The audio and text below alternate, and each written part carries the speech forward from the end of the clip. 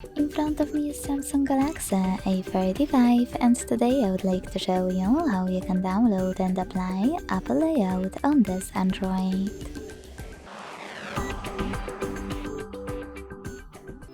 Begin by opening Play Store and downloading free app called OS Launcher from Launcher Studio.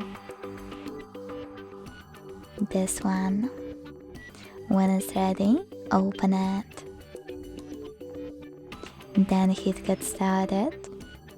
Select I agree to terms and conditions and choose Continue twice.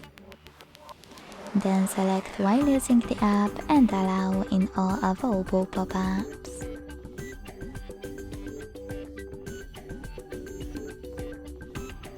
Now you can apply suggested iPhone wallpaper by clicking on Finish right away, or discard it by tapping on this checkmark and then selecting Finish. Now close an ad, and to apply your Apple layout, hit Set as Default and tap on Launcher Pro. Thanks so much for watching. If you enjoyed this video, leave a like, comment and subscribe. Bye!